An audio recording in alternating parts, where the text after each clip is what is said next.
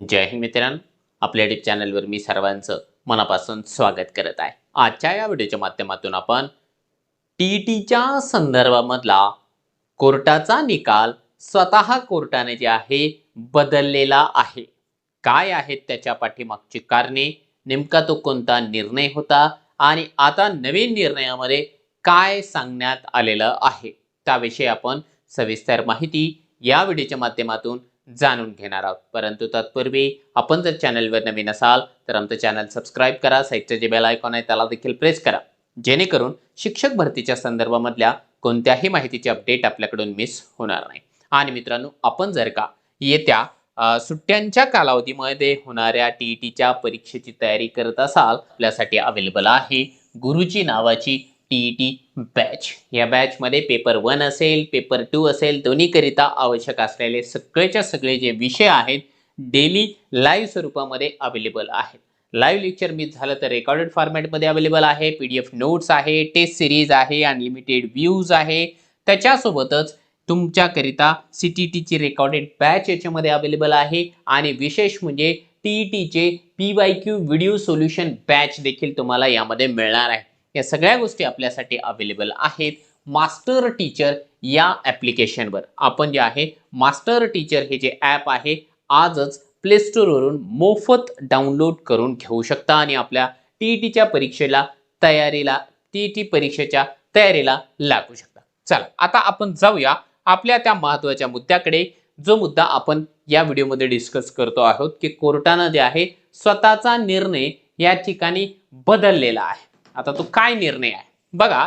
तुम्हाला या ठिकाणी दिसत आहे की बॉम्बे हायकोर्टची जी औरंगाबाद बेंच आहे, या औरंगाबाद बेंचनं एक या ठिकाणी डिसिजन होतं, एक जजमेंट होतं बघा. Raghunath Zaware and others versus state of Maharashtra through its secretary and others, ही एक पिटिशन होती. याचा नंबर वगैरे तुम्हाला या ठिकाणी दिसत आहे. आणि या याचिकेमध्ये जे आहे निर्णय दिला होता मित्रांनो मागच्या 20 फेब्रुवारीला, म्हणजे आता एक 2-4 दिवसापूर्वी 20 फेब्रुवारी 2026 ला एक डिसिजन दिला होता, जजमेंट दिलं होतं. आणि हा जो निर्णय होता तो होता टीईटीच्या संदर्भामध्ये. जसं आपल्या सर्वांना कल्पना आहे की टीईटीची परीक्षा जी आहे पास करणं कार्यरत शिक्षकांसाठीही, लागू या ठिकाणी नव्याने जॉईन होण्यासाठी उत्सुक असलेल्या भावी शिक्षकांसाठी देखील आणि प्रमोशनसाठी देखील आवश्यक आहे, इव्हन मॅन्डेटरी आहे, असं स्टेटमेंट किंवा अशा प्रकारचा न्यायनिवाडा जो आहे सुप्रीम कोर्टानं दिलेला आहे. मग ही जी याचिका होती त्या याचिकेमध्ये असा मुद्दा होता की प्रमोशनसाठी टीईटी लागू असावी किंवा नसावी, या संदर्भामधला हा एक मुद्दा होता. आणि या 20 फेब्रुवारी 2026च्या कोर्टाच्या निर्णयामध्ये या ठिकाणी माननीय कोर्टानं या ठिकाणी सांगितलं होतं की जे शिक्षक आहेत, जे पिटिशनर आहेत, त्या पिटिशनर्सना येत्या 2 वर्षामध्ये, ठीक आहे, पुढच्या 2 वर्षामध्ये जे आहे टीईटी पास करण्याची संधी द्या आणि सध्याची जी काही प्रमोशनची यादी आहे त्या प्रमोशनच्या यादीमध्ये यांचा समावेश करावा, असा एक निर्देश त्यांनी या ठिकाणी दिला होता. म्हणजे याचा अर्थ काय होऊ लागला की टीईटी जी आहे प्रमोशनसाठी आवश्यक नाही, म्हणजे आता सध्या आवश्यक नाहीये. येत्या भविष्य काळामध्ये 2 वर्षामध्ये जरी जे काही डेडलाईन सुप्रीम कोर्टाने दिलेली आहे त्या डेडलाईन पर्यंत जरी यांनी कंप्लीट केली तरी देखील चालतं. आता खऱ्या अर्थाने हा जो जजमेंट आहे, हा जो निकाल होता तो थोडासा कॉन्ट्रोवर्शियल झाला होता आणि त्याच्याचमुळे जे आहे या याचिकेवरती परत एकदा जे आहे सुनावणी झालेली आहे. बघा सध्या तुम्हाला हे पण दिसत असेल बॉम्बे हायकोर्टची औरंगाबाद बेंच आहे. आता इथे काय आहे, थोडंसं मिसलिडिंग प्रकार झालेला होता की या जो 20 तारखेला जो निर्णय देण्यात आलेला आहे त्या 20 तारखेच्या निर्णयामध्ये नागपूर हायकोर्टाचा जो एक जजमेंट आहे त्या जजमेंटचा रेफरन्स घेण्यात आला होता आणि तो रेफरन्स खऱ्या अर्थानं थोडासा चुकीच्या पद्धतीने घेण्यात आला होता किंवा नजर चुकून घेण्यात आला होता असं म्हटलं तरी चालेल. कारण त्या ठिकाणी जो काही निर्णय होता तर अशा शिक्षकांचा तो खटला होता की ज्यामध्ये ते शिक्षक टीईटी पात्र होते, परंतु त्यांचं नाव त्या यादीमध्ये समाविष्ट नव्हतं. मग अशा कंडिशनला साहजिक आहे त्यांच्या फेवरला डिसिजन जायला पाहिजे, कारण टीईटी पात्र आहे म्हणजे क्रायटेरिया पूर्ण करतायत, मग त्यांचं नाव त्या यादीमध्ये समावेश असायला पाहिजे.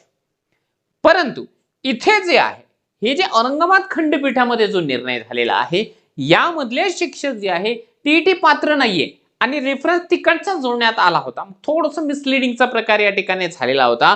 त्याच्यामुळे आजच्या तारखेला हे बघा, तुम्हाला तारीख दिसत असेल, कालच्या तारखेला, सॉरी, 23/2/2026 ला या ठिकाणी कोर्टानं आपला जो निर्णय आहे तो बदललेला आहे. या ठिकाणी त्यांनी सांगितलं की जो सुप्रीम कोर्टाचा जो निर्णय आहे की जोपर्यंत आपण टीईटी पात्र होणार नाही तोपर्यंत आपलं नाव या ठिकाणी प्रमोशनच्या यादीमध्ये समाविष्ट केल्या जाऊ शकत नाही. मग प्रमोशन कोणत्याही प्रकारचं असू द्या, प्रमोशन हे पदवीधर शिक्षक म्हणून असू द्या, केंद्र प्रमुख म्हणून असू द्या, विस्तार अधिकारी म्हणून असू द्या, किंवा कोणत्याही पदावरती असू द्या, प्रमोशन टीईटी शिवाय होणार नाही. या प्रकरणामधून किंवा या निर्णयामधून फक्त ते शिक्षक या ठिकाणी वाचणार आहेत ज्या शिक्षकांची सर्व्हिस 5 वर्ष शिल्लक राहिलेली आहे. म्हणजे 53+ वाले जे शिक्षक आहेत तेवढ्याच शिक्षकांना यापासून जे आहे सुटका आहे.